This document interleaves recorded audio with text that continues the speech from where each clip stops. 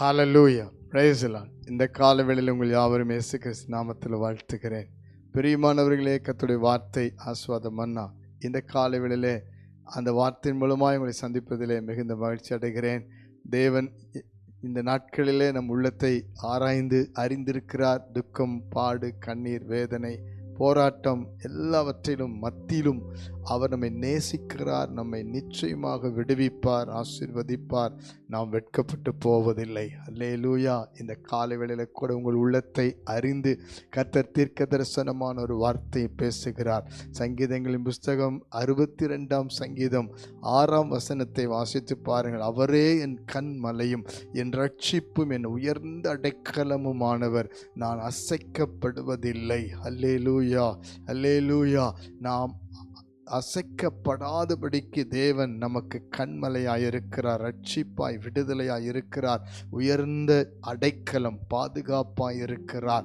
இன்னைக்கு நிறைய காரியங்கள் நம்மை அசைக்கிறது. வாழ்க்கையை, குடும்பத்தை, நம்முடைய உள்ளத்தை, நம்முடைய ஆவிக்குரிய வாழ்க்கையை, நம்முடைய விசுவாசத்தை, நம்முடைய நம்பிக்கையை, நம்முடைய ஜெப வாழ்க்கையை, நம்முடைய ஆசீர்வாதங்களை அசைத்து சந்தோஷத்தை, சமாதானத்தை, எல்லாவற்றையும், அன்பின் உறவுகளை அசைத்து கொண்டிருக்கிற சத்துருக்கள், பலவீனங்கள், போராட்டங்கள், பிரச்சனைகளை தொடர்ச்சியாக பார்த்துட்டே இருக்கிறோம். ஆனாலும் கண்மலை இயேசு கிறிஸ்து. ஹல்லேலூயா.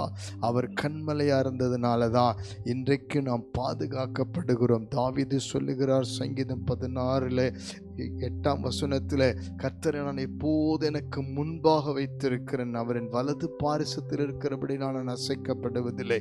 வேதம் நமக்கு ரட்சிப்பை காண்பிக்கிறது, விடுதலை காண்பிக்கிறது. நம்முடைய வேதத்தின்படியே வாழ்க்கை கட்டப்படும் பொழுது கண்மலையின் மேல் கட்டப்பட்ட வீடாய் நம்மை ஆசீர்வதிக்கிறார். அவர் நம்மை உயர்ந்த அடைக்கலமாயிருக்கிறார். தோற்று போகிற எல்லா சூழ்நிலை, பலவீனப்பட்டு போகிற எல்லா சூழ்நிலை, இழந்து போகிற எல்லா சூழ்நிலையிலும் அவர் கரம் நம்மை தாங்குகிறது. அவருடைய விடுதலை நம்மை தாங்குகிறது. நம் கண்ணீரோடு இருக்கிற சூழ்நிலை, தனிமையோடு இருக்கிற சூழ்நிலை, ஆதரவற்ற சூழ்நிலை, ஏங்கி இருக்கிற சூழ்நிலையில் அவர் துணை நின்று நம்மை தப்புவித்து நடத்துவார். அடைக்கலமாயிருப்பார். கலங்காதிருங்கள்.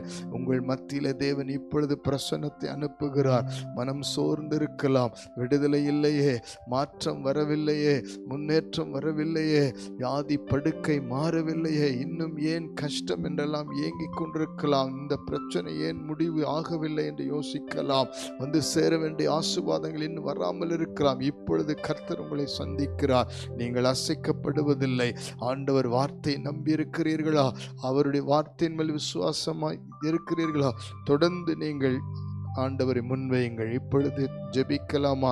பரலோக பிதாவே, நாங்கள் அசைக்கப்படாதபடிக்கு நீர் எங்களுக்கு கண்மலையாக, நீர் எங்களுக்கு ரட்சிப்பாக, அடைக்கலமாக வெளிப்படுகிறதற்காக நன்றி. இப்பொழுது ஜெபிக்கிற ஒவ்வொரு உள்ளத்தையும் தொடுவீராகப்பா.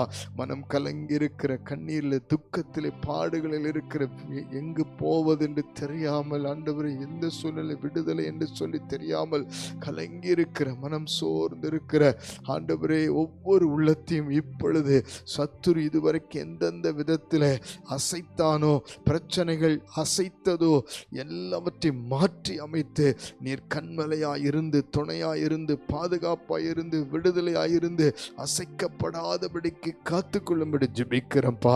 இப்பொழுது அற்புதம் நடக்கட்டும். இப்பொழுது உம்முடைய கரம் தொடட்டும். இப்பொழுது ஒரு விடுதலை வரட்டும். இந்த நாள் வரைக்கும் இருந்த அந்த பிரச்சனை விடுதலை ஆகட்டும். அந்த போராட்டம் விடுதலை ஆகட்டும். அந்த பிசாசின் கிரியைகள் அழிக்கப்படட்டும். எல்லா தடைகள் நீங்கி போவதாக. ஆண்டவரே, அற்புதம் நடக்கட்டும். அசைக்கப்படாதபடிக்கு விசுவாசம், நம்பிக்கை, ஜெப வாழ்க்கை, ஆண்டவரை பற்றி கொண்டிருக்கிற வைராக்கியம் பெருகட்டும் என்று ஜெபிக்கிறேன். இயேசுவின் நாமத்தில் உம்முடைய கரத்தில் ஒப்பு கொடுத்து ஜெபிக்கிறேன். கல்வாரி சிலுவைக்குள் எல்லாவற்றையும் நாங்கள் ஒப்பு கொடுக்கிறோம். நீரே ரட்சகர். ஒவ்வொரு குடும்பத்தை ரட்சித்து நடத்தி ஆசீர்வதியும். இயேசு கிறிஸ்துவின் மூலம் தாழ்மையோடு அர்ப்பணித்து ஜெபிக்கிறோம் ஜீவனுள்ள நல்ல பிதாவே. ஆமென், ஆமென், ஆமென். God bless you. மனம் கலங்காதிருங்கள். நீங்கள் அசைக்கப்படுவதில்லை.